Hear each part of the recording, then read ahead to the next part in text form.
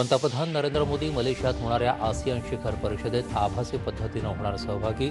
परराष्ट्र मंत्री S Jaishankar east आशिया परिषदेत करणार भारताचं प्रतिनिधित्व.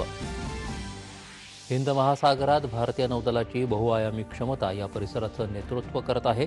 नौदल कमांडर्स परिषदेत संरक्षण मंत्री राजनाथ सिंह यांचे गौरवोद्गार. संरक्षण अधिग्रहण परिषदेनं 79,000 कोटी रुपयांच्या संरक्षणविषयक खरेदीला दिली मंजुरी. संरक्षण सिद्धता आणि आत्मनिर्भरतेला मिळणार बळकटी. मिहानमध्ये संरक्षण आणि एअरोस्पेस उत्पादन प्रकल्पासाठी मुख्यमंत्र्यांच्या उपस्थितीत 223 एकर भूखंडाच्या हस्तांतरणाचा करार. नागपूरला एअरोस्पेसचं प्रमुख केंद्र बनवण्याचा संकल्प मुख्यमंत्री. पियुष गोयल यांची जर्मनीच्या वित्तमंत्री कॅथरीना रिची यांच्याशी चर्चा. भारतात जर्मनीची गुंतवणूक आणि व्यापार वाढवण्यावर भर. सणासुदीच्या काळात रेल्वे चालवत असलेल्या विशेष गाड्यांच्या आवागमनाचा रेल्वेमंत्री अश्विनी वैष्णव यांनी घेतला आढावा. वेळापत्रक पाळण्याची केली सूचना.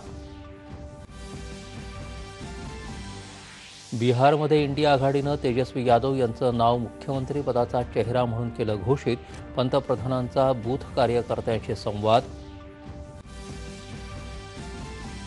AI आणि डीप फेकमुळे होणारी फसवणूक टाळण्यासाठी अशा कंटेंटची नियमावली कठोर करण्याचा केंद्र सरकारचा निर्णय.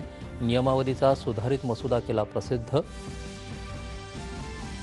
महिला विश्वचषक क्रिकेट स्पर्धेत भारताच्या 325 धावांच्या आव्हानाचा पाठलाग करताना न्यूझीलंडची सावध सुरुवात.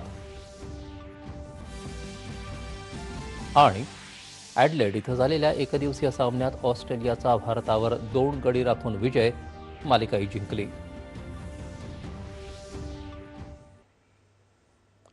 नमस्कार. 9:30च्या बातमीपत्रात मी विनायक घोडे आपलं